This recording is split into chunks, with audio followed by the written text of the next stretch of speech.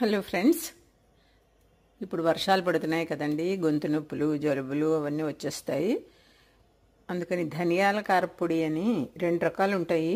వెల్లుల్లిపాయలు వేసి కారపొడి వేరే ఉంటుంది. ఇది ధనియాల కారపొడి. బాలింతలకు ఎక్కువ పెట్టేది వెల్లుల్లిపాయ కారపొడి. అందులో ధనియాలు వేసుకోరు. ఇది ఇడ్లీలోకి వాటిల్లోకి ఇది చాలా బాగుంటుంది. డ్రైగా వస్తుంది.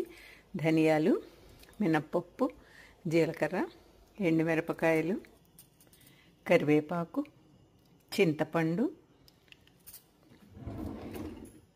దీనికి సరిపోయే చింతపండు, 1 చెంచా, కొద్దిగా పసుపు. ఇది చాలా సింపుల్ ప్రాసెస్ అండి. అన్నీ కలిపి వేయించుకోవచ్చు, విడివిడిగాను వేయించుకోవచ్చు. ఇది ఒక వారం రోజులు జలుబు దగ్గు ఏదైనా చేసినా చక్కగా ఇది రోజు కలుపు తినచ్చు. ఇడ్లీలోకి వాటిల్లోకి వేసుకోవచ్చు.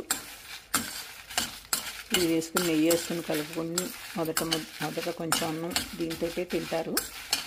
చాలా బాగుంటుంది. ఇది సగం వేగిన తర్వాత కరివేపాకు వేసుకొని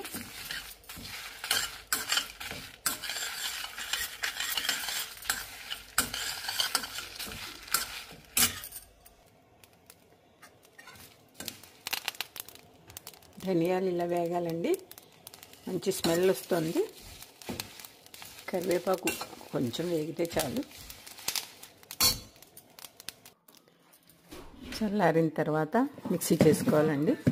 బాగా చల్లారిపోవాలి. ఆవిరిగా ఉంది ఇంకాను.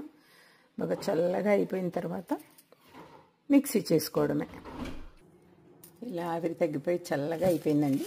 ఇలా చల్లగా అయిపోయిన తర్వాత మెత్తగా మిక్సీ. సాల్ట్ చూసుకుని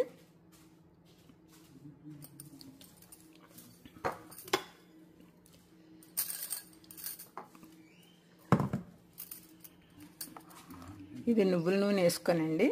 మొదటి అన్నంలో తింటే చాలా మంచిది. నాకు అసలు నిన్న నుంచి గొంతు నొప్పి ఇక్కడ వర్షాలు ఎక్కువగా ఉన్నాయి. అందుకని ఇది తింటే చక్కగా జలుబున్నా గొంతు నొప్పి ఉన్నా ఏమున్నా తగ్గిపోతుంది. చాలా మంచిది. నచ్చితే థ్యాంక్ యూ.